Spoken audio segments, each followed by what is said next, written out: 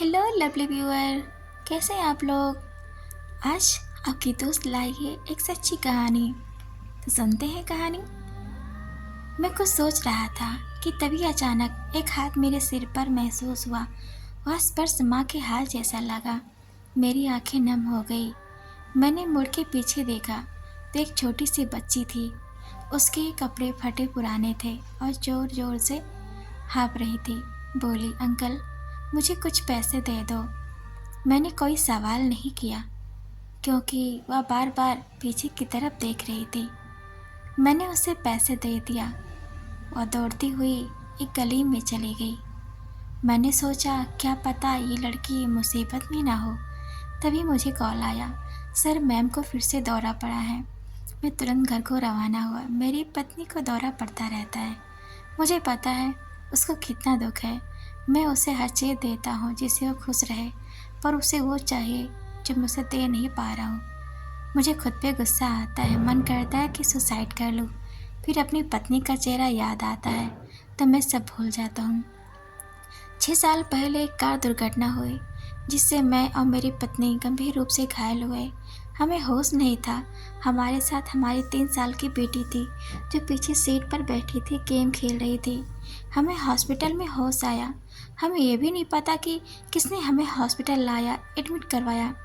होश आते ही हम सबसे पहले बच्चे के बारे में स्टाफ से पूछा। सबने कहा, कैसा बच्चा? आप दोनों यहाँ एक औरत लाई थी। बच्चा तो नहीं था साथ में, होता तो बच्चा यहाँ होता ना। मैं चक्कर खा के ज़मीन पर गिर गया। मेरी पत्नी ने कोई हरकत नहीं की। मैं सोचे पड़ गया।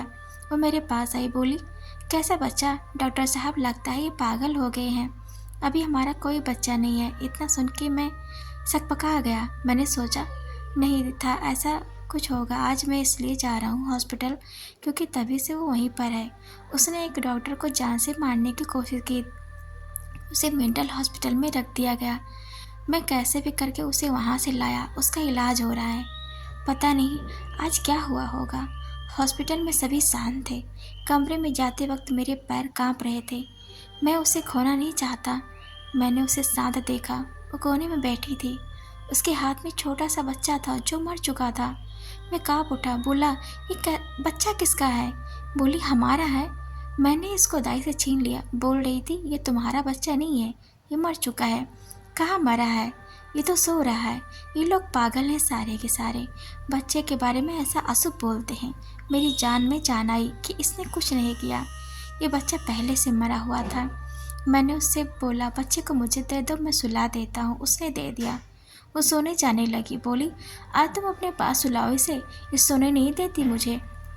मैं उसे बाहर लेकर आया, दाई को दिया। दाई बोली, उसकी हालत देखी नहीं जाती बेटा, कुछ पता चला तुम्हारे बेटी का? मेरी आंख भर आई और मैंने सिरनामा हिला दिया। अगले दिन मुझे वो लड़की दिखी। मैंने उससे पूछा, तुम कल इतना हाँफ क्यों रही थी? बोलो। उसने हकलाते हुए बोला, वो मुझे दाई मारती है ना। दाई? मैं आश्चर्यचकित हो गया। मैंने पूछा, कौन से दाई? कैसे दाई? बोलो, कहाँ की दाई? वो डरी हुई थी। उसने बोला, मेरी दाई। मैंने कहा, अच्छा अम्मा? नहीं अम्मा नहीं। वो बोलती है कि मुझे अम्मा मत बोलो, दाई बोलो। वो दाई है, अम्मा नहीं। उसकी इतनी प्यारी सी आवाज़ सुन के लगा जैसे पहले भी सुनी हुई है। अच्छा छोड़ो, वो कैसी हैं? अंकल वो ना कल सभी से हफ्ता ले रही थी। मेरे से थोड़े से पैसे कम थे इसलिए आपसे मांगा। अच्छा तो ये बात। तभी तो मैं सोचूं कि पैसा पाते ही तो मिल्खा कैसे बन गई। फिर दोनों हंसने लगे। कुछ दिनों बाद मैंने दाई को जाते देखा।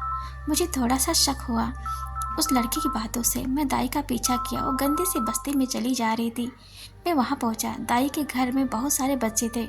कोई खड़ा था, कोई बैठा था।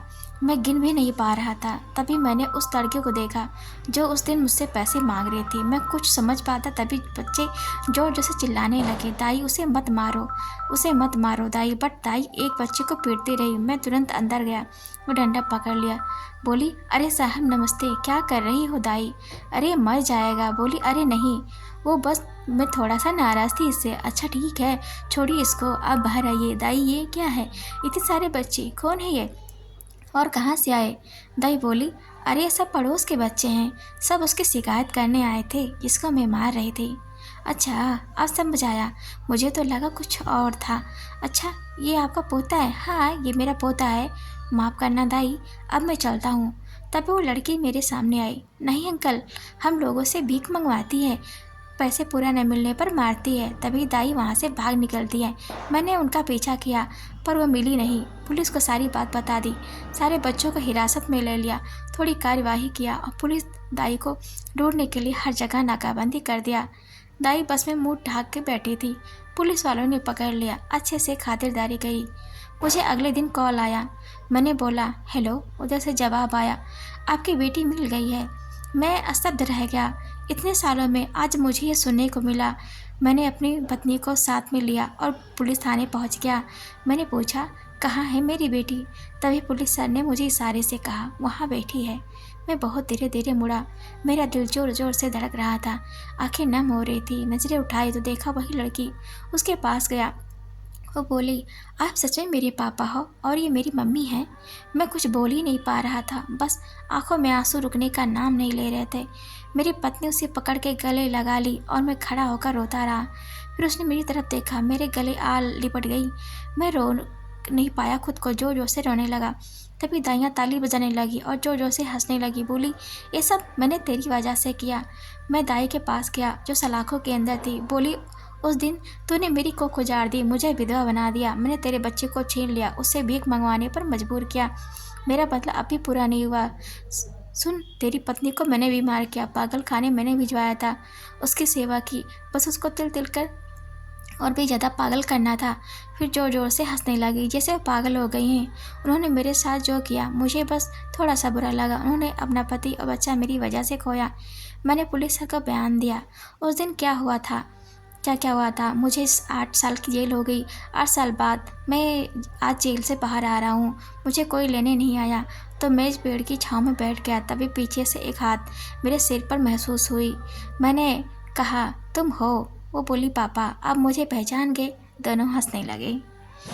कहानी कैसी लगी? अगर आपको कहानी अच्छी लगी हो तो लाइक करें,